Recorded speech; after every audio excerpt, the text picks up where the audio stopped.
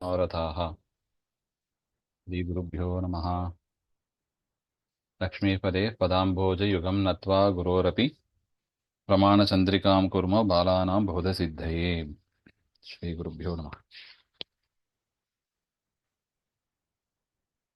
ಹಿಂದೆ ನೋಡಿದಂತೆ ಅನುಪಲಬ್ಧಿ, ಉಪಲಬ್ಧಿ ಮತ್ತು ಅನುಪಲಬ್ಧಿ ಹಾಗೆ ಅಂತ ಸಂಶಯಕ್ಕೆ ಸೆಪರೇಟ್ ಆಗಿ ಕಾರಣಗಳು ಅಂತ ವಿಂಗಡಿಸಬೇಕಾಗಿಲ್ಲ. ಸಾಧಾರಣ ಧರ್ಮ ಅಂತ ಅದರಲ್ಲೇ ಅಂತರ್ಭಾವ ಮಾಡ್ಲಿಕ್ಕಾಗ್ತದೆ ಎಂಬ ವಿಚಾರವನ್ನು ನಾವು ನೋಡಿದ್ದೀವಿ. ಇದಾದ ಮೇಲೆ ಬರುವ ವಿಚಾರ ಅಸಾಧಾರಣ ಧರ್ಮ ವಿಪ್ರತಿಪತ್ತಯೋಃ ಅಪಿ ಸಾಧಾರಣ ಧರ್ಮ ಏವ ಅಂತರ್ಭಾವಾತ್ ಸಾಧಾರಣ ಧರ್ಮ ಏಕ ಏವ ಸಂಶಯ ಹೇತುಃ ಇತಿ ತತ್ವಂ. ಇದು ನಮ್ಮ ಸಿದ್ಧಾಂತ. ಆಚಾರ್ಯರ ಪ್ರಕಾರ ಸಾಧಾರಣ ಧರ್ಮ ಒಂದೇ ಸಾಕು. ಅಂದರೆ ಇನ್ನು 3 ಕಾರಣಗಳು ಅಂತ ನವೀನ ನೈಯಾಯಿಕರು ಹೇಳಿದರು. ಸಾಧಾರಣ ಧರ್ಮ, ಅಸಾಧಾರಣ ಧರ್ಮ ಮತ್ತು ವಿಪ್ರತಿಪತ್ತಿ ಹಾಗೆ ಅಂತ. ಅದರಲ್ಲೂ ಕೂಡ ಅಸಾಧಾರಣ ಧರ್ಮ, ವಿಪ್ರತಿಪತ್ತಿ ಎರಡನ್ನೂ ಕೂಡ ಸಾಧಾರಣ ಧರ್ಮದಲ್ಲೇ ಅಂತರ್ಭಾವ ಮಾಡಲಿಕ್ಕಾಗುವುದರಿಂದ ಸಂಶಯಕ್ಕೆ ಕಾರಣ ಅದು ಸಾಧಾರಣ ಧರ್ಮ ಒಂದೇ ಅಂತ ನಾವು ಹೇಳಿದರೆ ನಡೀತದೆ ಹಾಗೆ ಅಂತ. ಏತಯೋ ಅಂತರ್ಭಾವ ಪ್ರಕಾರಸ್ತು ಪದ್ಯದ್ಯುಕ್ತ ಪ್ರಕಾರೇಣ ಜ್ಞೇಯ. ಅದು ಹೇಗೆ? ಅದು ಅಸಾಧಾರಣ ಧರ್ಮ ಮತ್ತು ವಿಪ್ರತಿಪತ್ತಿ ಇದೆರಡೂ ಕೂಡ ಸಾಧಾರಣ ಧರ್ಮದಲ್ಲೇ ಹೇಗೆ ಅಂತರ್ಭಾವ ಮಾಡಲಿಕ್ಕಾಗ್ತದೆ ಎನ್ನುವ ವಿಚಾರವನ್ನು ಇಲ್ಲಿ ಹೇಳಲಿಕ್ಕೆ ಹೋಗೋದಿಲ್ಲ. ಅದನ್ನು ಪ್ರಮಾಣ ಪದ್ಧತಿಯಲ್ಲಿ ನೋಡಿ ನೀವು ತಿಳ್ಕೋಬೇಕು ಹಾಗೆ ಅಂತ ಆ ವಾಕ್ಯದ ಅಭಿಪ್ರಾಯ. ಅದೇನದು ಅಂತ ಸ್ವಲ್ಪ ವಿಚಾರ ಮಾಡಿದರೆ,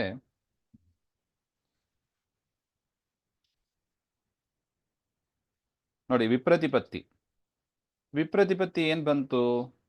ಭೌತಿಕತ್ವ ಅಭೌತಿಕತ್ವ ಧರ್ಮೌ ಸ್ತಃ ಹಾಗೆ ಅಂತ. ಇಂದ್ರಿಯೇಶು ಭೌತಿಕತ್ವ ಅಭೌತಿಕತ್ವ ಅಂದರೆ ಸಾಂಖ್ಯರು ಹೇಳಿದ ಪ್ರಕಾರ ಇಂದ್ರಿಯರು ಅಭೌತಿಕತ್ವ ಮತ್ತು ನೈಯಾಯಿಕರು ಹೇಳುವ ಪ್ರಕಾರ ಇಂದ್ರಿಯಗಳು ಭೌತಿಕತ್ವ ಆಗಿದೆ ಹಾಗೆ ಅಂತ. ಅದರಿಂದ ವಿಪ್ರತಿಪತ್ತಿ ಬಂತು. ಈಗ ಅದರಿಂದ ಸಂಶಯ ಹುಟ್ಟಿತ್ತು ಅಂತ ನಾವು ನೋಡಿದ್ದೀವಿ. ಇಂದ್ರಿಯಗಳು ಭೌತಿಕವೋ ಅಭೌತಿಕವೋ, ಅಂದರೆ ಪಂಚಭೂತಗಳಿಗೆ ಸಂಬಂಧಪಟ್ಟು ಹುಟ್ಟಿದ್ದವೋ ಅಥವಾ ಪಂಚಭೂತಗಳ ಸಂಬಂಧ ಇಲ್ಲದೇನೆ ಹುಟ್ಟಿದವೋ ಹಾಗೆ ಅಂತ ಸಂಶಯ ಬಂತು ಅಂತ. ನಮ್ಮ ಸಿದ್ಧಾಂತ ಪ್ರಕಾರ ಇದರಲ್ಲೂ ಕೂಡ ಸಾಧಾರಣ ಧರ್ಮವೇ ಸಾಕು ಹಾಗೆ ಅಂತ. ವಿಪ್ರತಿಪತ್ತಿಯಿಂದ ಸಂಶಯ ಕಾರಣ ಅಂತ ಬೇಕಾಗಿಲ್ಲ ಹಾಗೆ ಅಂತ. ಅದು ಯಾಕೆ ಹಾಗೆ ಅಂದ್ರೆ,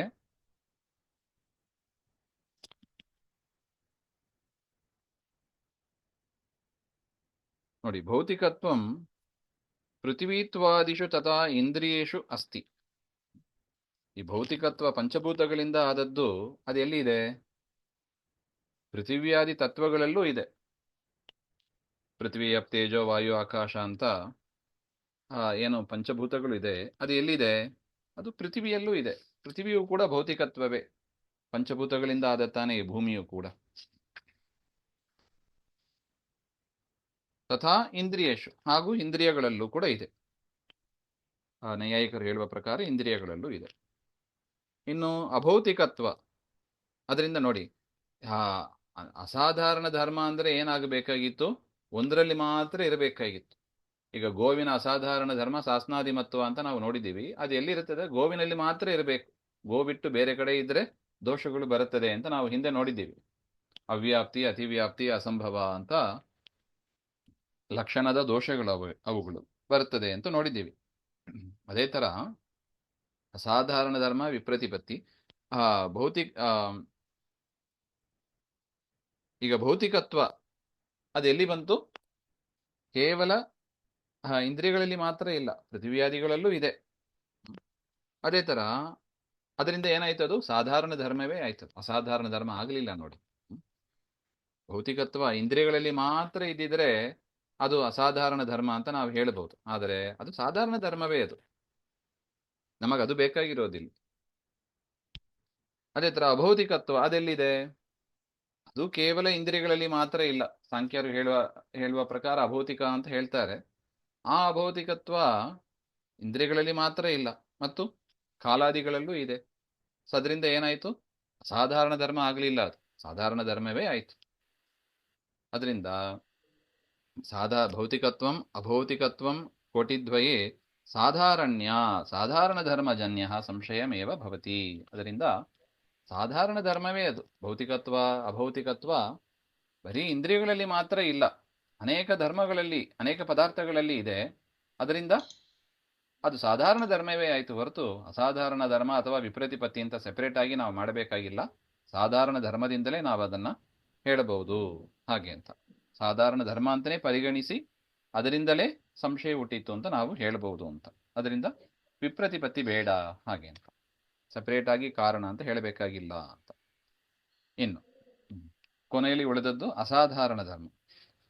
ಅಸಾಧಾರಣ ಧರ್ಮಕ್ಕೆ ಅವರು ಕೊಟ್ಟ ಕಾರಣ ಏನು ಹಾಗೆಂದ್ರೆ, ಶಬ್ದವು ಆಕಾಶದ ಒಂದು ವಿಶೇಷ ಗುಣ. ಅದರಿಂದ ಆಕಾಶ ವಿಶೇಷ ಗುಣತ್ವ ಅದು ಅಸಾಧಾರಣ ಧರ್ಮ. ಅದು ಎಲ್ಲಿದೆ? ಶಬ್ದದಲ್ಲಿ ಇದೆ. ಶಬ್ದದಲ್ಲಿ ಏನಿದೆ ಧರ್ಮ? ಆಕಾಶ ವಿಶೇಷ ಗುಣತ್ವ ಎನ್ನುವ ಧರ್ಮ ಇದೆ. ಅದರಿಂದ ಒಂದು ಸಂಶಯ ಬಂತು, ಶಬ್ದ ನಿತ್ಯವೋ ಅನಿತ್ಯವೋ ಹಾಗೆ ಅಂತ. ಅದರಿಂದ ಅಸಾಧಾರಣ ಧರ್ಮ ನಿಮಿತ್ತದಿಂದ ಬಂದ ಸಂಶಯ ಅದು ಹಾಗೆ ಅಂತ ನಾವು ಹಿಂದೆ ನೋಡಿದ್ದೀವಿ. ಇಲ್ಲಿ ಈ ಅಸಾಧಾರಣ ಧರ್ಮವೇ ಡೈರೆಕ್ಟ್ ಆಗಿ ನಮಗೆ ಏನಾಗಲಿಲ್ಲ, ಸಂಶಯಕ್ಕೆ ಕಾರಣ ಆಗಲಿಲ್ಲ ನೋಡಿ. ಆಯ್ತು, ಶಬ್ದದಲ್ಲಿ ಆಕಾಶ ವಿಶೇಷ ಗುಣತ್ವ ಅಂತ ಇದೆ. ಮುಂದೆ ಏನು? ಮುಂದೆ ಏನು ಅಂದ್ರೆ,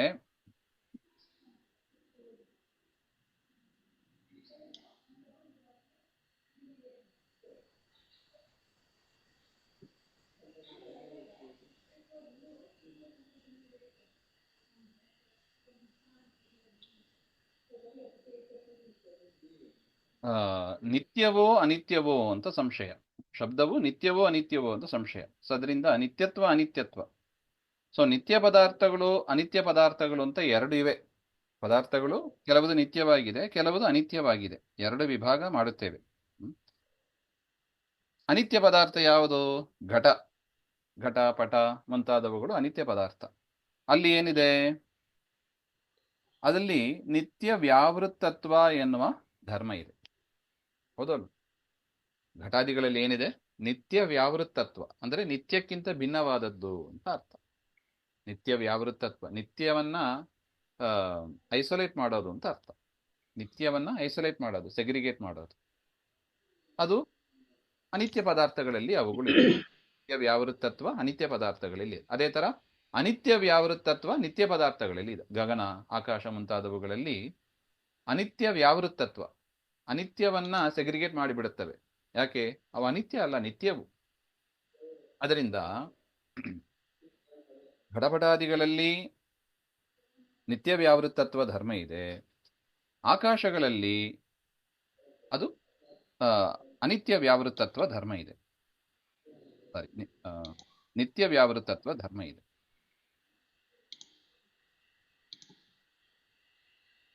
ಘಟಪಟಾದಿಗಳಲ್ಲಿ ನಿತ್ಯ ವ್ಯಾವೃತ್ತತ್ವ ಧರ್ಮ ಇದೆ, ಆಕಾಶಾದಿಗಳಲ್ಲಿ ಅನಿತ್ಯ ವ್ಯಾವೃತ್ತತ್ವ ಧರ್ಮ ಇದೆ. ಅದು ನಿತ್ಯವಾದ್ದರಿಂದ ಹಾಗೆ ಅಂತ. ಈ ರೀತಿಯಾಗಿ ಶಬ್ದವು ನಿತ್ಯವೋ ಅನಿತ್ಯವೋ ಎನ್ನುವುದು ವ್ಯಾವೃತ್ತದಿಂದ ಹುಟ್ಟಿದ್ದು. ನಿತ್ಯ ವ್ಯಾವೃತ್ತತ್ವವೋ ಅನಿತ್ಯ ವ್ಯಾವೃತ್ತತ್ವವೋ, ಈ ರೀತಿಯಾಗಿ ಸಂಶಯ ಹುಟ್ಟೋದಕ್ಕೆ ಕಾರಣ ಯಾವುದು? ಶಬ್ದ ವಿಶಿಷ್ಟ ಆಕಾಶ ವಿಶಿಷ್ಟ ಗುಣತ್ವ ಅಲ್ಲ, ಅಸಾಧಾರಣ ಧರ್ಮ ಕಾರಣ ಆಗಲಿಲ್ಲ. ಮತ್ತೆ ನಿತ್ಯ ವ್ಯಾವೃತವಾಗಿದೆಯೋ ಅನಿತ್ಯ ವ್ಯಾವೃತವಾಗಿದೆಯೋ ಹಾಗೆಂಬ ಅದರಿಂದಲೇ ಸಂಶಯ ಹುಟ್ಟಿದ್ದು. ಅದರಿಂದ ಅದು ಕೂಡ ಸಾಧಾರಣ ಧರ್ಮವೇ ಆಗಿದೆ. ಯಾಕೆ? ಅನೇಕ ಪದಾರ್ಥಗಳಲ್ಲಿ ಈಗ ನೋಡಿ, ಘಟಪಟಾದಿಗಳಲ್ಲಿ ನಿತ್ಯ ವ್ಯಾವೃತ್ತತ್ವ ಧರ್ಮ ಇದೆ, ಆ ಶಬ್ದದಲ್ಲೂ ಬರುತ್ತದೆ ಅಂತ. ಅದೇ ತರ ಗಗನಾದಿಗಳಲ್ಲಿ ಅನಿತ್ಯ ವ್ಯಾವೃತ್ತತ್ವ ಧರ್ಮ ಇದೆ, ಶಬ್ದದಲ್ಲೂ ಇದೆ ಅಂತ. ಸೊ ಇದರಿಂದ ಅದು ಸಾಧಾರಣ ಧರ್ಮವೇ ಆಯ್ತು. ಅನೇಕ ಪದಾರ್ಥಗಳಲ್ಲಿ ನಿತ್ಯ ವ್ಯಾವೃತ್ತಿತ್ವ ಅನಿತ್ಯ ವ್ಯಾವೃತ್ತಿತ್ವ ಧರ್ಮಗಳು ಇರೋದರಿಂದ ಅದು ಸಾಧಾರಣ ಧರ್ಮವೇ ಆಯಿತು. ಅದರಿಂದ ಸಂಶಯಕ್ಕೆ ಕಾರಣ ಸಾಧಾರಣ ಧರ್ಮವೇ ಸಾಕು. ಅಸಾಧಾರಣ ಧರ್ಮವಾದ ಈ ಆಕಾಶ ವಿಶಿಷ್ಟ ಗುಣವತ್ವ ಎನ್ನುವುದು ಡೈರೆಕ್ಟ್ ಆಗಿ ಸಂಶಯಕ್ಕೆ ಕಾರಣ ಆಗಲಿಲ್ಲ. ಅದರಿಂದ ಸಂಶಯ ಹುಟ್ಟಿಲಿಲ್ಲ. ಸಂಶಯ ಹುಟ್ಟಿದ್ದು ವ್ಯಾವೃತ್ತಿತ್ವ ಧರ್ಮದಿಂದ. ಅದರಿಂದ ನಿತ್ಯವೋ ಅನಿತ್ಯವೋ ಅಂತ ಸಂಶಯ ಹುಟ್ಟಿತ್ತು ಅಂತ ಇಷ್ಟು ಹೇಳಿ, ಅದರಿಂದ ಸಂಶಯಕ್ಕೆ ಕಾರಣ ಸಾಧಾರಣ ಧರ್ಮ ಅಂತ ಒಂದು ಒಪ್ಪಿದರೆ ಸಾಕು. ಇನ್ನು ಅಸಾಧಾರಣ ಧರ್ಮ, ವಿಪ್ರತಿಪತ್ತಿ ಹಾಗೆ ಅಂತ ನಾವು ಸೆಪರೇಟ್ ಆಗಿ ಕಾರಣ ಹೇಳಬೇಕಾಗಿಲ್ಲ. ಯಾಕೆ? ಅವೆಲ್ಲವೂ ಕೂಡ ಸಾಧಾರಣ ಧರ್ಮದಲ್ಲೇ ಅಡಕವಾಗುತ್ತದೆ ಅಂತ ಗುರುಗಳ ಅಭಿಪ್ರಾಯ. ಇದನ್ನ ವಿಚಾರ. ಇನ್ನು ವಿಪರ್ಯಯ ಅಂತ ಇದೆ, ಮತ್ತೆ ನೋಡೋಣ. ಶ್ರೀಮಧ್ವಾಂತರ್ಗತ ಶ್ರೀಕೃಷ್ಣ ಅರ್ಪಣಮಸ್ತು. ಶ್ರೀ ಹರೇ.